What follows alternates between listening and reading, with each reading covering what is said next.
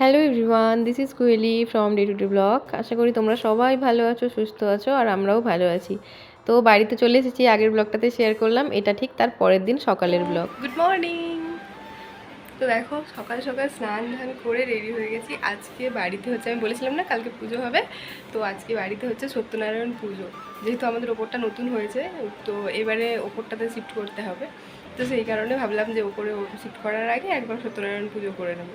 তো সেই জন্য বাড়িতে সত্যনারায়ণ পুজো হচ্ছে।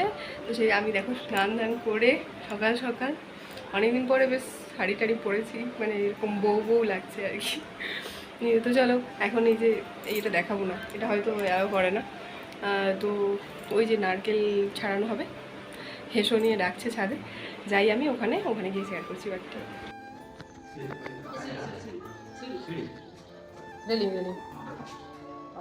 তোমার কাজ হচ্ছে এখন ওই কাজটাই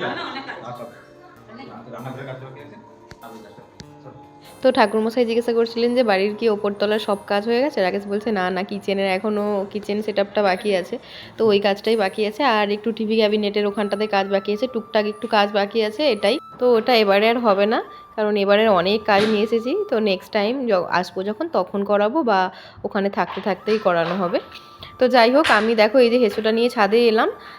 তো হেঁচো দিয়ে আমি এখন নারকেলটা কোড়াচ্ছিলাম, তারপর ফলগুলোও কেটে নিলাম যেগুলো বাকি ছিল। মা কিছুটা কেটেছিল, মায়ের একটু কাজ আছে বলে মা নিচে গেল, আর আমাকে বললো তুমি এই ফলগুলো কেটে নাও। তো ফলগুলো আমি কাটলাম। তারপর দেখো এই যে এর প্রদীপটা দেখছো, তো এই প্রদীপটা হচ্ছে আমি ফ্লিপকার্ট থেকে অর্ডার করেছিলাম দীপাবলির সময়, মানে বেশ অনেক দিন আগেই করেছিলাম দীপাবলিতে জ্বালার জন্য। যেহেতু দীপাবলিতে আমরা বাড়ি আসিনি, কালী পুজোর পরের দিন বাড়ি এসেছি, তো সেই জন্য ভাবলাম সত্যনারায়ণ পুজোতেই এটা উদ্বোধন করি। তো সেই জন্য এই প্রদীপগুলো এখান থেকেই নিয়ে গেছিলাম। ওখানে অনলাইন পাওয়া যায়, কিন্তু হচ্ছে এখানে আমি কিনেছিলাম, ওর জন্য ভেবেছিলাম বাড়ির জন্য একটা ট্রে কিনে নিই, ওই ট্রেটাই নিয়ে গেছিলাম। তো সেই প্রদীপ আর ওই যে দীপাবলির জন্য যে প্রদীপের ট্রেটা কিনেছিলাম, ওটা দিয়েই আজকে প্রদীপ জ্বালালাম। আর মা যেহেতু কার্তিক মাসে প্রত্যেক দিন একটা করে দীপ ধরায়, তো সেই জন্য আমি প্রদীপটা নিয়ে গেছিলাম বিশেষ করে। কিন্তু মা দেখছি অনলাইনে কিনেছে অলরেডি, কাউকে দিয়ে একটা কিনিয়েছে। তো দেখো প্রদীপটা কত সুন্দর লাগছে, আর মাঝখানটাতে আমি একটু জল দিয়ে ফুলও দিয়েছি। দোপাটি ফুলগুলো থাকলে একটু বেশি ভালো লাগতো, তো দোপাটি ফুল ছিল না বলেই গাঁদা ফুল দিয়েছি। আর এদিকে এখন যাচ্ছি ঘর ডোবাতে। চলো চলো চলো, খালি পায়ে যেতে হবে, আসো। খালি পায়ে যেতে হয়। এটা দেখে যে ছাই দাও ছাই দাও ছাই দাও। মিনি কলম করে দিব আর পরে ঢেলে দেব।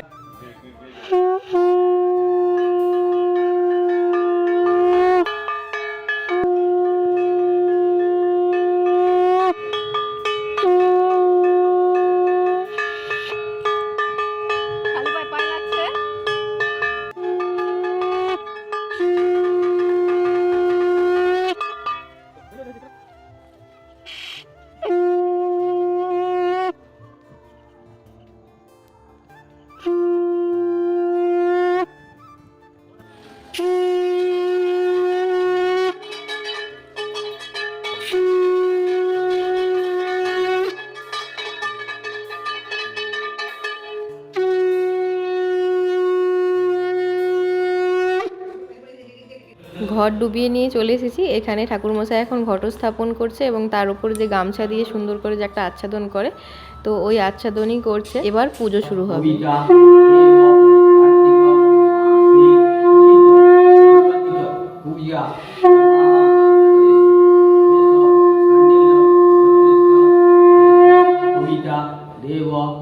এবার পুজোতে মাই সংকল্প করছে, কারণ আমাদের তো আগের দিন নিরামিষ করা হয়নি, যে আমরা আগের দিন রাতেই এসেছি, তো সেই জন্য আমাদের আর নিরামিষ করা হয়নি। বাইরে বাইরে সবসময় তো আর নিরামিষটা পাওয়া যায় না, বাইরে ভেজ জিনিসটা তো জানোই যে কতটা আনঅ্যাভেলেবেল হয়, সব জায়গাতে পাওয়া যায় না, তবে কিছু কিছু জায়গায় পাওয়া যায় হয়তো, কিন্তু সেগুলো একটু খুঁজতে হয়। তো সেই জন্য আর এবারে আমি সংকল্পতে বসতে পারলাম না, তো মাই করছে। তো সকাল থেকে উপোস আছি, তো সেই জন্য আমি ফুল নিচ্ছি না, কিন্তু ঠাকুরমশাই যে মন্ত্রগুলো বলছে সংকল্পের, তো সেই মন্ত্রগুলোই মনে মনে একটু উচ্চারণ করছিলাম।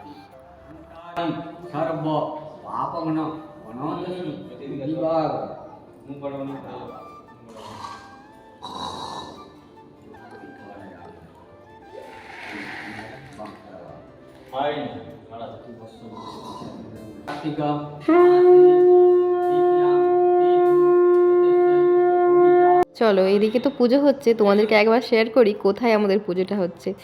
এটা এখন আমি 3 তলার ছাদের সিঁড়িটা থেকে ভিডিওটা করছি। এই দেখো এটা হচ্ছে যে নিচ, মানে একতলাটা। তো এই সিঁড়ি দিয়ে ওপরে উঠে আসলাম। তো ফার্স্টেই এই জায়গাটাতে আমার ঠাকুর বসানোর ইচ্ছে আছে, তো ওইখানটাতে ঈশান কোণের দিক করে আমরা পুজোটা এখানটাতেই করছি। তো অ্যাকচুয়ালি এটা আমাদের ডাইনিং প্লেস, তো ডাইনিং প্লেসটা যেহেতু আমরা এখানটাতে রাখছি না, সেই জন্য এই জায়গাটাতেই আমি ঠাকুর ঘর করব ভেবেছি। তো সেই কারণে এইখানটাতেই ঠাকুরের নারায়ণ পুজোটা এখান দিয়ে শুরু করলাম। এখনও পর্যন্ত আমার সেইভাবে যে ঠাকুরের একটা সিংহাসন, সেরকম কোনো সিংহাসন নেই। তবে ইচ্ছে আছে যখন এখানে এসে পার্মানেন্টলি থাকবো, তখন একটা সুন্দর সিংহাসন বানিয়ে ঠাকুরকে সুন্দরভাবে সাজিয়ে রাখার। আর আমি চাইছি যেখানে ঠাকুর থাকবে সেইখানে স্পেসটা যেন অনেকটা হয়, সবাই যেন একসাথে বসে পুজো দেখতে পারে। তো সেই জন্যেই এই জায়গাটা করা। কোনো রুমের মধ্যে রাখলে হতো, কিন্তু কোনো রুমের মধ্যে রাখা মানে তো আর সেই রুমটা শুধু ঠাকুর ঘর করা পসিবল না, যেহেতু আমাদের বাড়িতে 3টেই রুম। সেই কারণে তো ওই জন্য আমি ঠাকুরের জায়গাটা এখানটাতেই করেছি, যেন ঠাকুরের জায়গাটা শুধু ঠাকুরেরই থাকে, সেখানে আর অন্য কিছু না থাকে। আর তাছাড়া এটা আমাদের একদম সামনের জায়গাটাই, মানে ঢোকার মুখটাতেই। তো সেই জন্য ঢুকে যাওয়ার সময় বা বেরোনোর সময় ঠাকুর দর্শন করেও বেরোনো হবে। তো সেই সব ভেবেই আমার এই জায়গাটা করা। তো দেখো কথা বলতে বলতে আমাদের পুজো প্রায় শেষের দিকে। এখানে হোম হয়ে গেছে, হোম হওয়ার পর আরতিও হয়েছে। তো এই যে এখন ঠাকুরমশাই ঘট কাটবেন, তো সেই জন্যেই আরেকটু যে পুজো করার পর ঘট কাটতে হয়, তো সেটাই উনি করছেন। আজকে পুজোতে মা সংকল্প করেছে ঠিকই, কিন্তু আমরা বাড়ির যতগুলো মেম্বার আছি সবার উপোস। বাবিকেও শুধুমাত্র ওই একটু দুধ খাইয়েছি, আর অন্য কিছু ওকে সেভাবে খাওয়ানো হয়নি। তো পুজো শেষ, এখানে দেখো ভোগ দর্শন করো, ভোগ দর্শনে বলে দুর্ভোগ কাটে। তো এখানে সত্যনারায়ণের সিন্নি আছে, তারপর এদিকে আছে চিড়ে প্রসাদ, আর এখানে কিছু ফল প্রসাদ আছে। তো এইগুলো এখন পাড়াতে সবাইকে দিয়ে আসবো, মানে আমি অলরেডি এই মুহূর্তে দিয়ে চলে এসেছি। তারপর এখানে এই যে সকালবেলাতে স্নান করে যে কাপড় জামাগুলো কেচেছিলাম, তো সেইগুলোই এখানে মিলছি। তো ভাবছো যে কালকে রাতে এসে আজকে এতগুলো কাপড় জামা কী করে হয়, তো কালকে যেগুলো পরে এসেছিলাম সেগুলো তো আছেই। তারপর কি আগের বারে যখন গিয়েছিলাম না, এই জামা কাপড়গুলো আলনার ওপরেই রয়ে গেছিলো, ঢাকা ছিল, তবুও না সেই ধুলো কোথা দিয়ে পড়েছে, তো ওইগুলোকে তো আর পরা যায় না। তো এসেই ওগুলো আগে কেচে দিয়েছি, তো তারপর ওগুলোকে এখন মিলে দিলাম। আর এখন আমি দেখো ঝড়ের গতিতে বলতে পারো যে রান্না বান্না শুরু করে দিয়েছি, কারণ পুজো শেষ হতে হতে প্রায় 11টা বেজে গেছিলো। তারপর আবার প্রসাদ দিয়ে এসে প্রসাদ খেয়ে দিয়ে যখন রান্না করতে বসিয়েছি প্রায় 12টা বাজতে যায়। তাই আজকে তেমন বেশি কিছু করছি না, খুব তাড়াহুড়োর মধ্যেই রান্না বান্না করতে শুরু করেছি। আর এদিকে দেখো, তো পাড়ার যে বাচ্চাগুলো বাবির সাথে আগে খেলতে আসতো, বাবি যখন বাড়িতে ছিল, তো তারা এখন এসেছে খেলতে।